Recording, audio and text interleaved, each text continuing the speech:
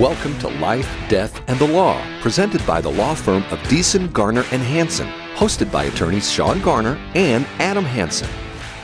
Welcome to another edition of Life, Death, and the Law. I'm Shawn Garner with Beeson, Garner, and Hansen. I'm in studio here with Cody Beeson. Good morning. Hey, good morning.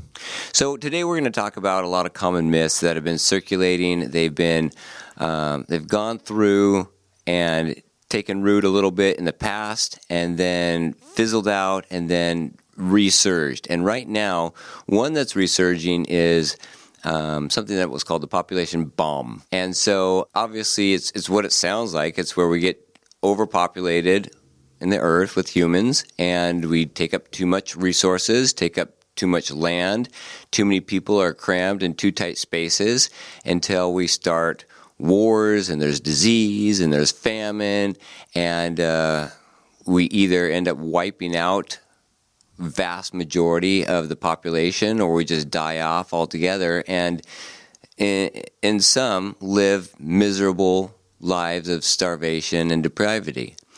And we don't want that, of course, but what is the capacity of the earth to sustain both human life and a good balance of environmental, let's say, landscapes and animals and biodiversity?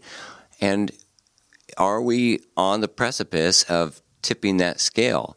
And I think that goes right in turn with, climate change and what's going on there.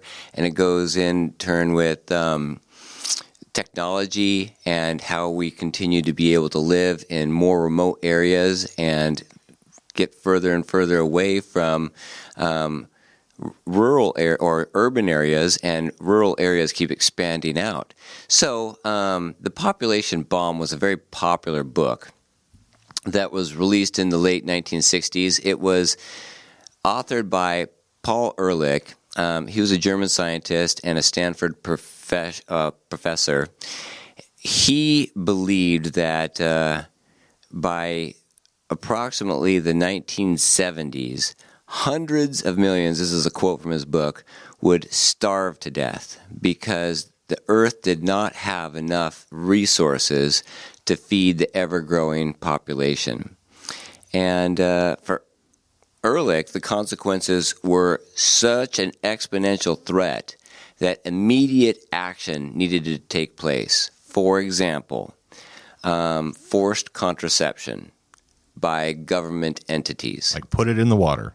Put it in the water. Yeah. Or Great. fast food. Okay. There you go. We can't avoid it either way. Yeah. And so that was something that governments did take seriously. We know that China, for one, created the one-child policy. And when you look into that, the one-child policy from a 10,000-foot view is each family only gets to have one child. There were exceptions. If it was a girl, you'd have another chance to have a male heir to carry on the family name. And so what was happening was when children were born, females were born, a lot of them were being killed. So there was a lot of infanticide that was occurring. There was also a lot of forced abortion. And it was only the people that were in the lower classes this was being imposed upon. When you look into the history of it, the upper class, 2/3 of the population of China actually didn't even have this imposition on them. It was only 1/3, but it created millions upon millions of children being killed because of this policy, because the fear of overpopulation. Now, currently, China has another problem. And that is that they have an aging population that needs a workforce to provide and sustain their economy, and the workforce isn't there. So, you run into those issues. Not only is it terribly unethical to coerce a parent to kill their child or to create a policy that provides strong incentives for them to kill their child, but you got to step back and understand what the purpose of the earth is for in general, and also understand that we are far from knowing the capacity of the earth as a resource to provide for all life, animal life, all biodiversity as far as trees and plants and animals alike. But to assume that we know how much food the earth can produce just based on our very limited knowledge is very naive. So I want to pose a question to you, Cody, get a little dialogue going here. What do you think we're here for? What is the whole purpose of the earth? Was it created from this Big Bang accidental collision and then a cell developed and we exist now as intelligent beings, or is there some divine design? I mean, things are too perfect to not have a divine creator. You know, like that too much has happened in such a perfect fashion for us to be here today having this conversation. Extraordinary claims require extraordinary proof. And if you don't see that proof, I can't help you. I mean, it's obviously there. But that being said, I've always been under the impression that the earth is able to sustain a certain population, and there's only so much sunlight, there's only so much, we can grow in certain areas, but with the help of, and maybe this is just propaganda, but with the help of, GMOs, we're able to grow more food in places that maybe not best suited for that type of environment. Well, I mean, we currently live in a desert. Exactly. Right? And we grow leafy greens, And we grow 90% of the salads, or what's in the salads, that is consumed by the nation during the winter months. And it's a fantastic area for that because we're at the end of the Colorado River. If we don't use the water, it's going to flow into the ocean, and the ocean has plenty of water. So we use the fresh water, we irrigate the fields. It's got plenty of sun. It's still warm enough in the wintertime to grow salad or lettuce and spinach and all those types of vegetables that we provide the nation with most of the ingredients for salads.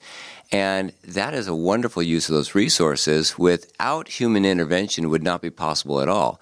Now, there's several layers of that human intervention. Number one, we had to tame the Colorado because it was either flowing at a very low rate during, say, the wintertime when the snowpack was accruing in the mountains, or in the later summer months, or it was flooding during the springtime when the snow was melting, and so it was wiping out acres and acres of what would have been farmland. And so it was very difficult to put in any type of irrigation or plan for mass crops because the river was so unpredictable. So one of the first things that we needed to do was put in dams that would control the flow of the river, so there was a consistency there, so it would stay within reasonable parameters of the banks of the river, and then we could use that water without being wiped out each year. The other thing is the electricity that it generated helped produce the power that was necessary to power homes with air conditioning. If you need people here to start to cultivate the land, and not a lot of people want to live here if it's going to be 120 degrees. So you need that power to have air conditioning, and that is climate control. I mean, it's literally like on my wall is my climate control device for my house. And I can go outside and I can bear the heat for a couple hours a day, or I can go into my car that's got air conditioning, as long as I've got some power to offset what the natural climate is, so I can allow the desert, which would otherwise be vacant of a majority of life, to help thrive with life. And not only human life, but the animals and the environment in general. We've seen that the creation of Lake Powell and Lake Mead and Mojave Lake and Lake Havasu, those are miles and miles of wetlands that create habitat for thousands of species, and we can all thrive and have a better life because of that technology and that human intervention. So I went off a bit from the question originally asked, which is, why are we here? Like, what's the purpose of the earth? To use the resources for our life, to make life better for us and everybody else. So we've got this divine design, right? Right. So I'm going to call our divine creator God, okay? Now, personally, I believe him to be Jesus. Other people call him by other names. Other people think it's a she, and that's all fine. Either way, I believe there's a divine creator. And I also believe, and this is substantive, but it's my belief that we're created in his image. And the purpose of our creation is to grow and develop and to become more like our creator. And so, yeah, I do believe that we have a divine mother and father. And I know that's a bit out there, but I put it out there as my religion. I don't put that out there as science that everybody must agree upon, and we must implement government provisions and policies to impose on others. Yeah, that would be the Taliban. See, that would be the Taliban, Yeah. or even closer to home, I think that would be the climate movement. Oh, yeah. Right? The green agenda. Because it's no different than the green agenda where they say that the earth must be maintained at a certain temperature or must be maintained within certain conservation levels in order for us to be doing what we should be doing as humans. I think that is more akin to a religion than actual science, because we've seen throughout just the past 100 years, the science on that has flip-flopped at least a dozen times. From we're going into another ice age and we're going to face mass extinction because of that, to the seas are going to be bubbling at year 2012, and none of that came to pass. So these are a lot of prophecies that never came true. And the whole premise of it was that human intervention is bad, and therefore humans, in a sense, are bad and a cancer upon the earth. And so we need to pull back and reduce our impact on the earth. I feel the complete opposite. I feel that we are put here to cultivate the earth and to help beautify it, to become good stewards of it, to create gardens where there are deserts, to create Edens where there are wild forests, and coincide and coexist with animals and the land. But technology helps that. It doesn't actually hinder that when you use it properly. For example, Yuma uses about 1 million acre-feet of water. Now, I don't know, acre-feet isn't something that a lot of people use as a measurement standard on a daily basis. So let me just put that in perspective. An acre-foot is about a football field full, 1 foot deep, with water. That's about an acre-foot, right. Okay? So 1 million of those is how much Yuma County uses each year to produce its agriculture. And on the very first blush, we may say, well, that's a ton of water, and is that a good thing to be taking all that water and pouring it into the desert? Well, what do we get out of it? Number one, we enrich the soil. It becomes more carbon dense when you plant it with whether it be hay or leafy greens, lettuce, spinach, all the other cauliflower, all the other vegetables that are grown here. And so we're actually sequestering carbon. If you think carbon is a bad thing to be in the air, CO2. Right. I don't know if that I do, but if you do believe that, we're sequestering that carbon by using the water and putting it onto the land that way. We're producing a lot of more habitat for other animals to thrive, and we're allowing people to live and thrive and be healthy from a desert landscape that otherwise wouldn't be producing anything. And where would that water go if we didn't use it? Like I said before, it'd be going into the sea.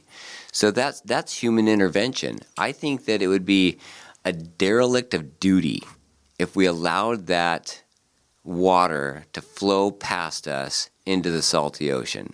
I think that our Creator would look down upon us if we were just barely subsisting on bare roots, or not having children so we couldn't live here at all, and only living in where food grew more naturally in more hospitable climates.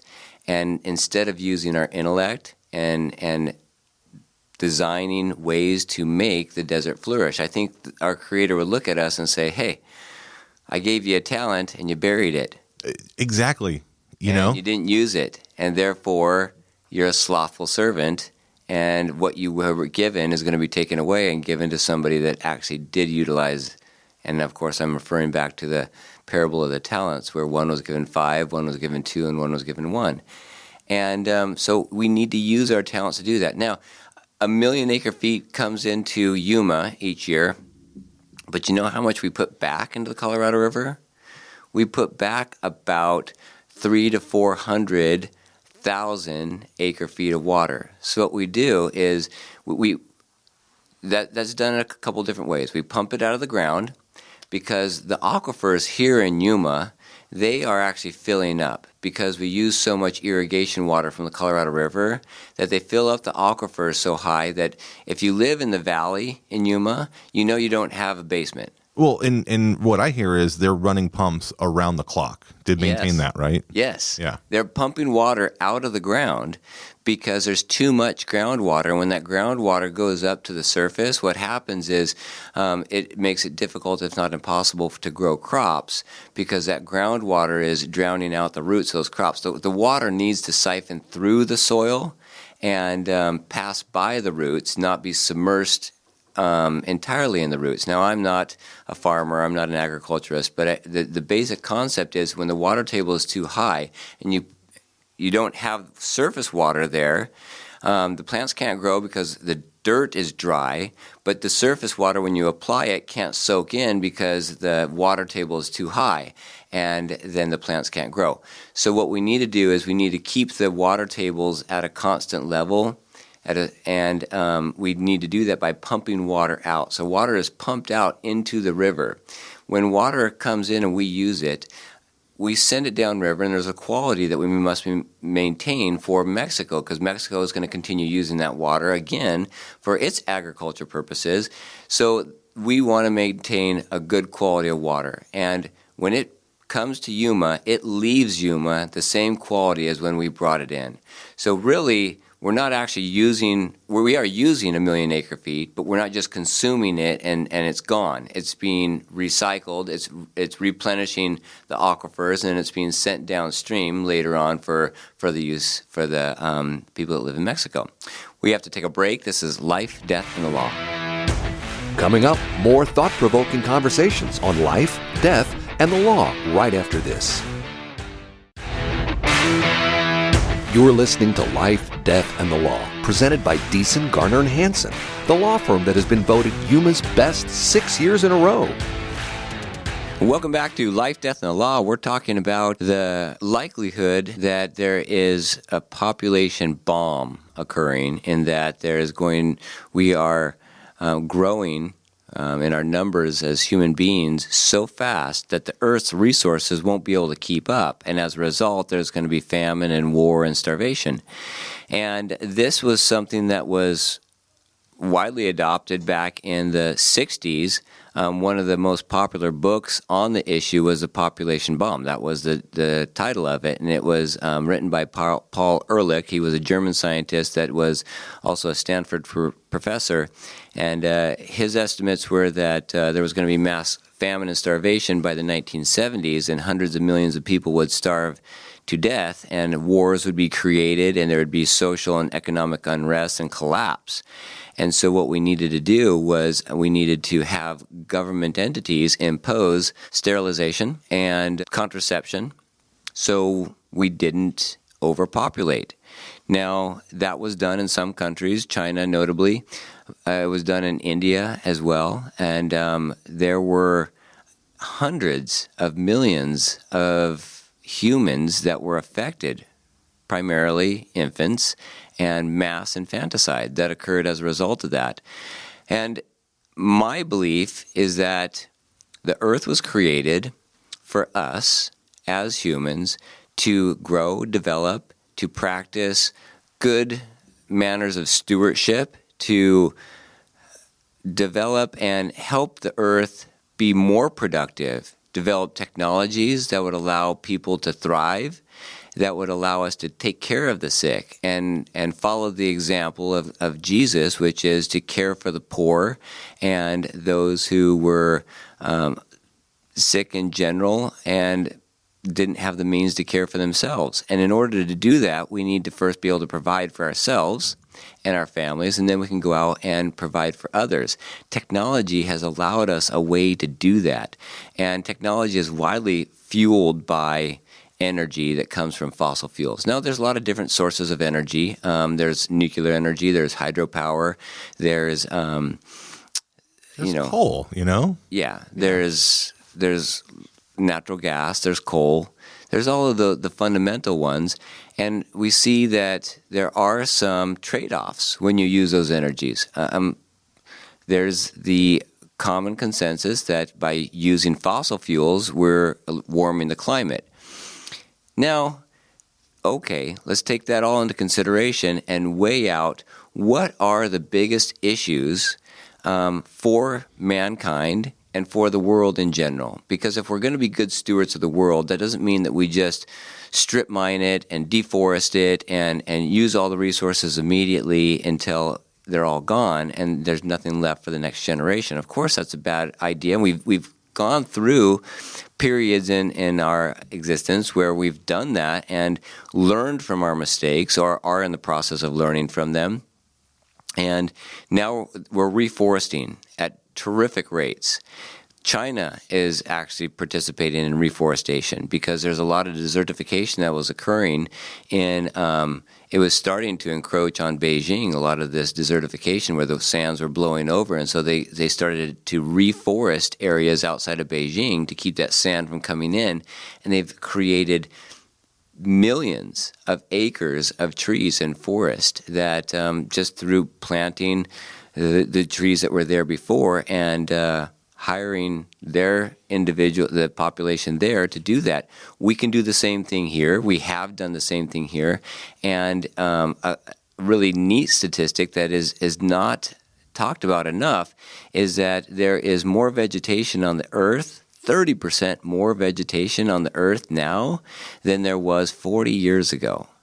And the prediction was that 40 years ago, back in the 1980s, that we would be in this mass starvation cycle and that we would be going to war because there wasn't enough food. And right now we can plant enough food in a fraction of the area of land because of fossil fuels, because of the fertilizers that are created from fossil fuels. We can make the land so much more productive and feed a much larger population of people than we could before. Not only that, but the water is cleaner, the air is cleaner.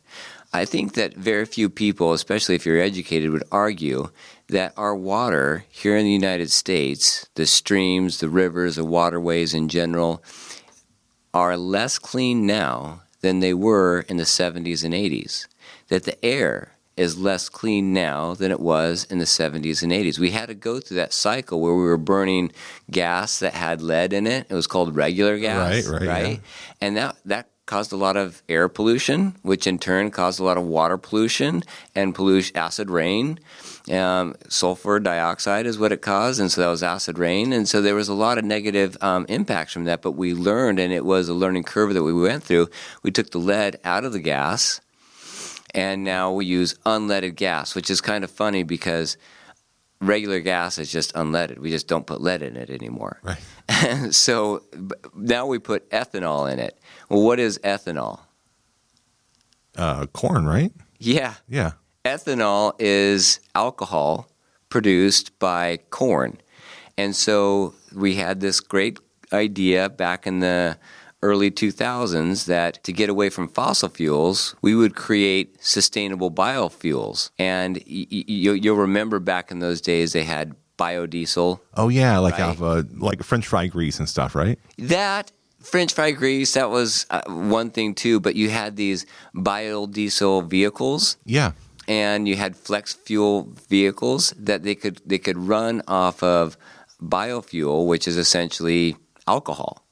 And alcohol was created from corn. And so what they started to do was take a lot of land that was used for regular food production and rededicate it to growing corn, so monoculture, and the corn was used to create alcohol that was used to put into the gasoline and supplement the gasoline so we weren't so reliant on fossil fuels.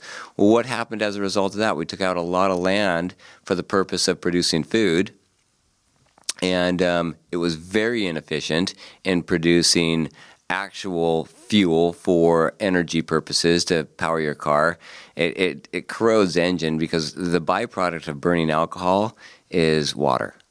Right. And so it's water and oxygen. And when you do that, then the components of your engine begin to rust, and it's terrible for boats. And so what you have to do is you have to replace your cars more often, which is going to require a lot more natural resources and mining and creating steel and so on and so forth. So, and it also allowed for a lot more runoff from these fields that were being grown and really overused for this monoculture. We know that when you use a field for one crop only, that it depletes the soil of certain nutrients and then it becomes barren. And so you have to apply more and more artificial fertilizers, and those artificial fertilizers would run off into the streams and cause water pollution. A lot of nitrogen would go into the streams, and then what would happen is it would grow a lot of moss and algae, and so it'd cut out the sunlight for the fish, and so the fish would die off, and so it had a lot of adverse impacts. Now, was the concept good? I think so, and I remember in the 2000s, I thought, well, this is the wave of the future. I really wanted to invest in biofuels and get along, and when I was going to law school, I thought that's what I want to do. I want to be an attorney for a company that creates biofuel. And now we've learned our lesson. That is actually not a good idea. It's a better idea to pull this sludgy black stuff out of the ground that we're not otherwise using and refine it to be a fuel that is way more efficient in providing energy, and the byproducts of it are plastic and silicone and all the things that we need for our modern way of life.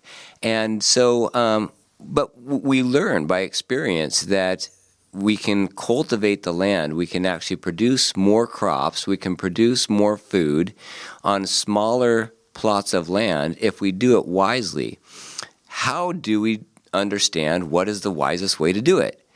Well, one thing you don't do is take a big group of ingenuitive minds out of the pool of thinking and select individuals who have no experience in developing energy, like politicians. Or these activists. I mean, apparently, an 18-year-old kid from the Netherlands is an expert on the climate. Yeah, so Greta Thunberg, she's an expert on the climate, right? She's saying that we are robbing her of her childhood because the seas are going to be boiling from climate change. And she sails over here to a climate conference in New York to prove how climate conscious she is by not using fossil fuels to do that. And not only is it terribly hypocritical because, of course, the boat that is created is created from fiberglass, which requires, the byproducts of oil, petroleum. And also, she had to fly an entire crew over instead of just flying herself over to take the boat back to the Netherlands, and so used 10 times more energy than would other be used just so she could virtue signal to the world that she loved the earth more than we did, and she loved the next generation more than we do. What, of course, the solution is allow individuals the freedom of ingenuity. Let's think a little bit back. The United States was this great experiment of allowing the people to govern and allowing them to have freedom. One main thing with freedom is ownership. Ownership of your ideas, ownership of land, ownership of your own destiny, where you go. So life, liberty, pursuit of happiness. Pursuit of happiness goes along with owning property. You can't have life or liberty if you don't have the way to sustain life by owning property.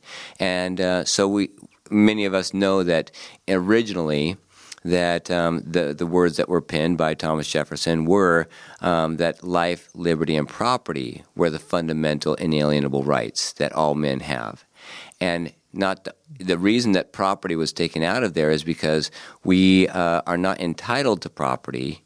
We're simply given the right to own property and not just have a sovereign own the property, that we are fiefs of the property, not thieves, but fiefs, meaning tenants on land that Monarch owns. And so when we own the property, we develop it, and innovation comes about.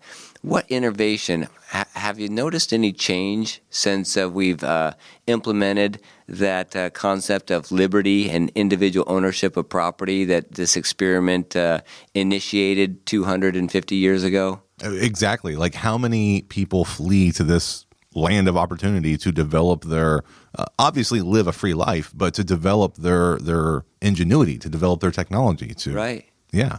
You look at what is produced, what has been developed in the past 250 years since the general population has been given the freedom to think for themselves and to own their own concepts, to own their intellectual property, to own their actual physical property, and to develop it as they see fit. And then the best manners of development rise to the surface, and we get this great invention. The worst way to develop new technologies and to determine how to efficiently manage what we have is to put all of that power and decision-making authority into a few hands, i.e. the government, right? And people that, number one, for the most part, have never produced anything on their own, and it just limits the thought pool to something that's so insignificant that we can't get great ideas out there.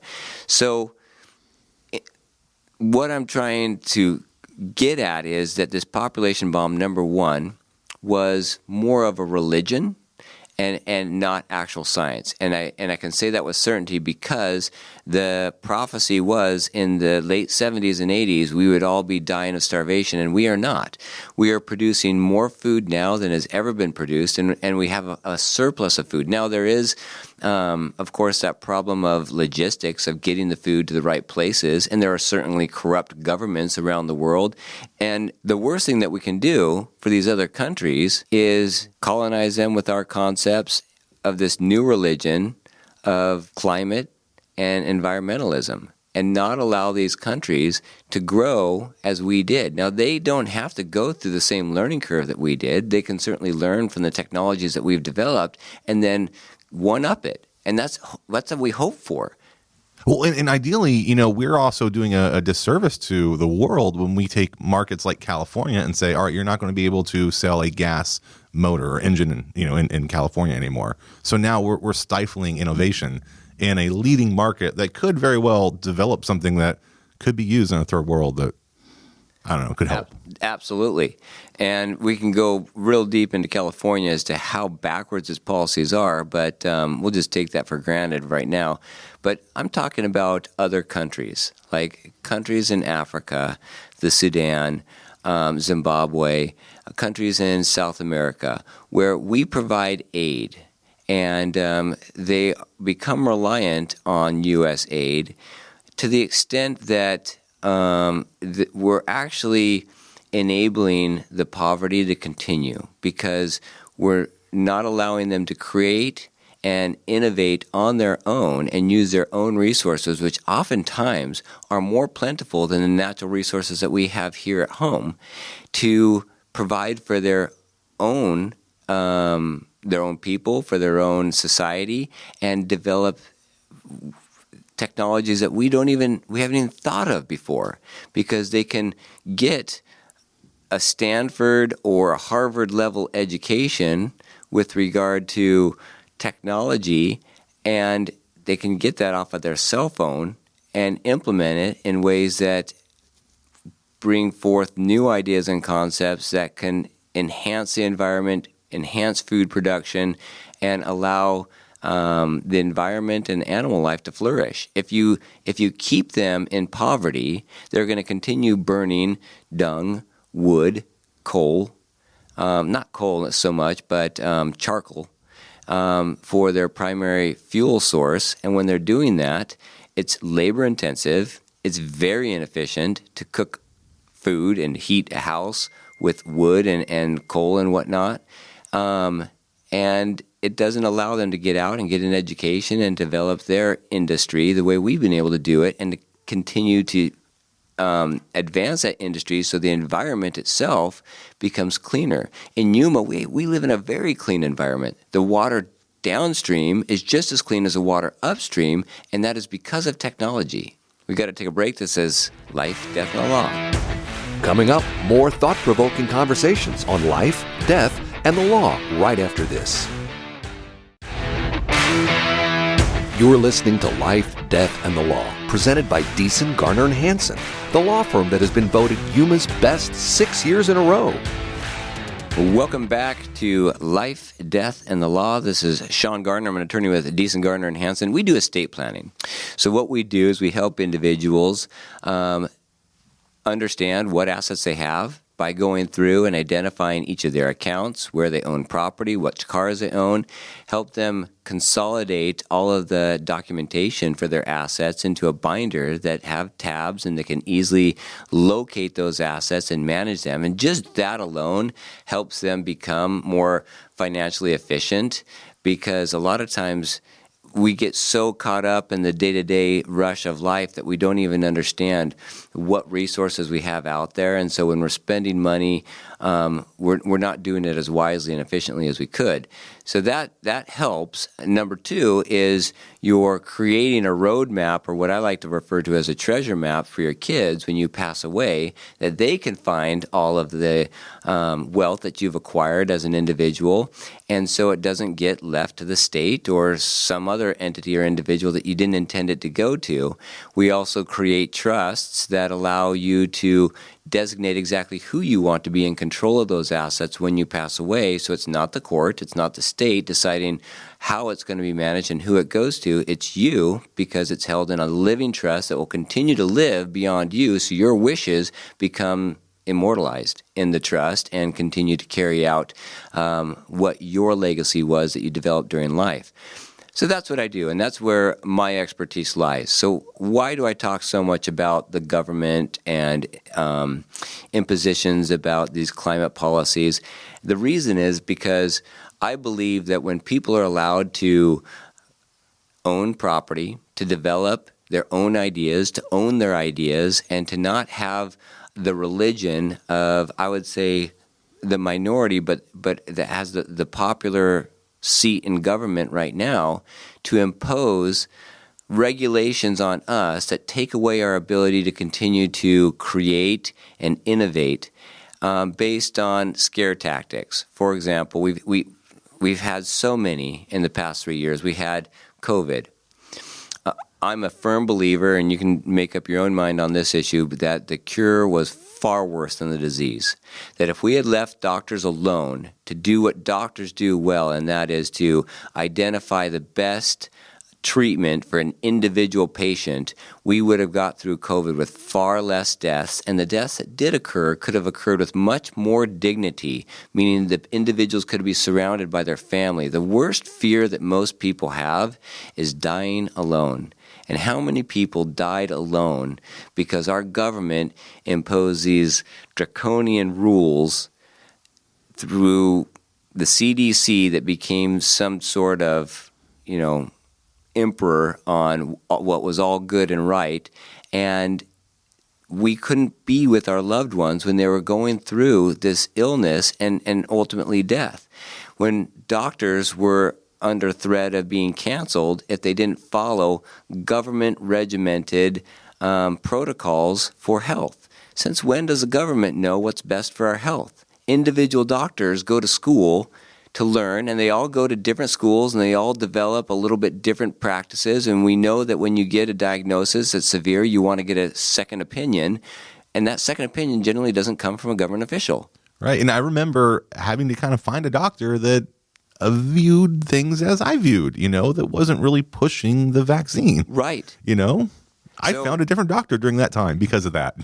And the thing is, we were told so many lies that we know are lies, that we couldn't even talk about them being lies. And the number one lie was that the vaccine would cure everything, that you had to get the vaccine, and if you talked anything negative about the vaccine, you'd be canceled. Do you love your grandmother? You need to get the vaccine. You're going to kill your grandmother. Yes, absolutely. And people, even like Howard Stern, who, he was somebody that I don't agree with the content of what he says, but he was a big advocate for free speech because he was benefiting from it and became a millionaire because of it. But he was saying, freedom is second tier to the government's impositions of policies that we need to do to keep the general population healthy. Now, of course, he said it in a lot more coarse language, but I thought, wow, what a hypocrite. Somebody who's made a living off of freedom of speech, of saying vulgar things that offend most of the people, but he's defended or protected by the First Amendment, and yet he wants to take away the rest of our freedom because he himself has become paralyzed with fear of the COVID virus.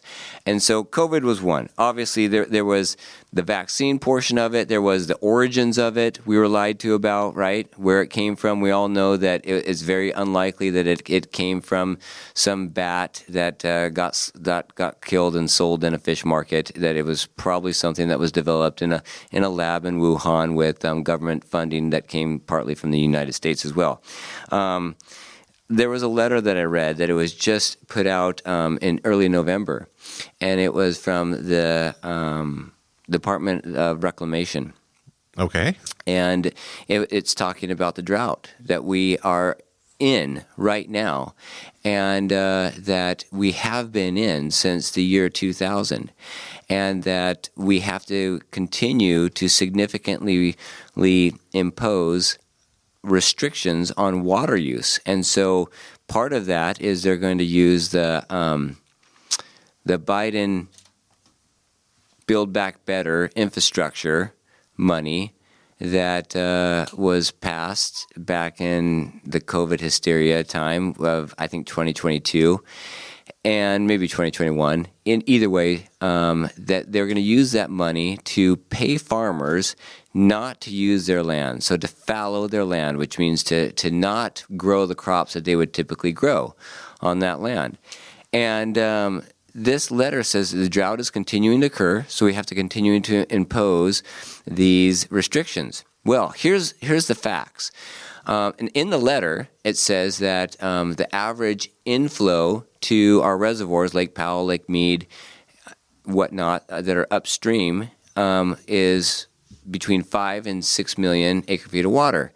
In reality, in 2023, 14 million acre feet of water has come down already into those reservoirs and is still coming down. I mean, it's starting to taper off because now we're getting into winter again and the snowpack is starting to build up, and so the inflows are dwindling. But there was 14 million acre feet as of the date of that letter. Okay. And which means that's an absolute lie, because the average over the course of 100 years, when it's averaged out, it was about between 8 and 9. That's an average year. That's no drought. That's what we've allocated to the lower basin states. That's Arizona, California, a little bit to New Mexico, a tiny bit to Nevada, and then a bit to Mexico. That's 8 to 9 million acre feet of water that's allocated.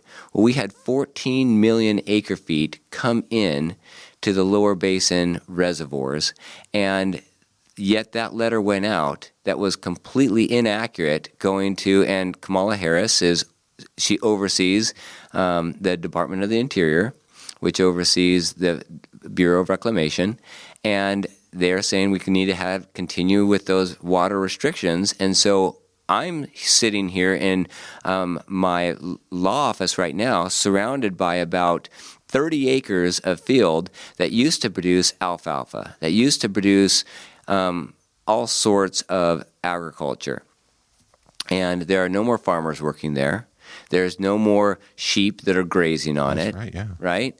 There is no more production of that field because the federal government is paying that landowner to leave it dirt, just to leave it totally uncultivated. So, and that landowner could lease it to a farmer to produce, but instead they're taking the money from the government. That's right. And I know the farmer personally who leased the land, who employed dozens of people to work, and those people spent their money at restaurants, they paid their rent with it, they paid their grocery bills for it, and now they're getting government subsidies because they're out of a job, and they're getting unemployment because they can't go to work and actually produce.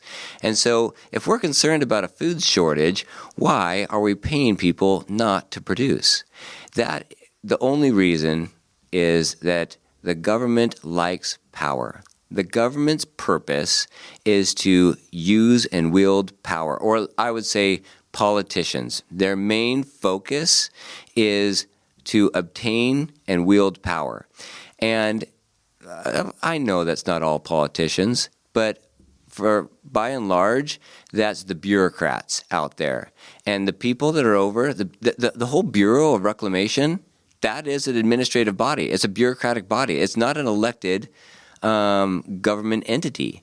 And so we have no authority or input on what the Bureau of Reclamation does or the Department of the Interior. These are administrative bodies that they're non-elected. They're typically or technically non-constitutional government entities. Now, I talked about the 14 million acre feet that's coming in to the lower basin reservoirs. So the allocation was restricted down to 7 million acre feet instead of 9. So the states had to reduce the usage of water that they were going to be using to produce all of the things that are done. I mean, we're talking anything from grapes to almonds to lettuce to dozens and dozens of varieties of food here in the valley, and that includes California as well as Arizona. But we're being paid not to produce that, or we're simply just being restricted and the farmers are hurting in general.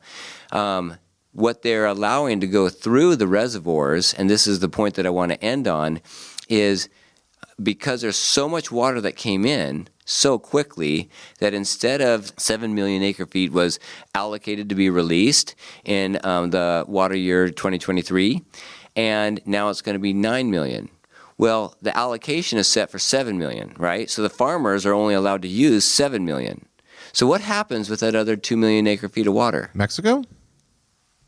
Or California? Or? No, it's not for any of the states. So it may be Mexico, because Mexico gets to use at least 1.5 million acre feet and any excess that is released downstream to it. Yeah, you're right. If the allocations haven't been updated, then where's it going? There's no update to the allocations, and yet 2 million more acre feet is being released.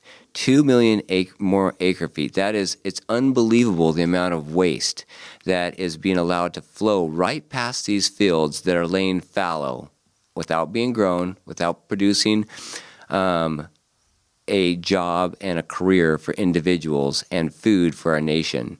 And that is your government working for you. So let's, if nothing else, agree that the government shouldn't be in the business of imposing what is typically and more correctly interpreted as a religion. This climatology religion, I think it's right up there with Scientology. It's BS.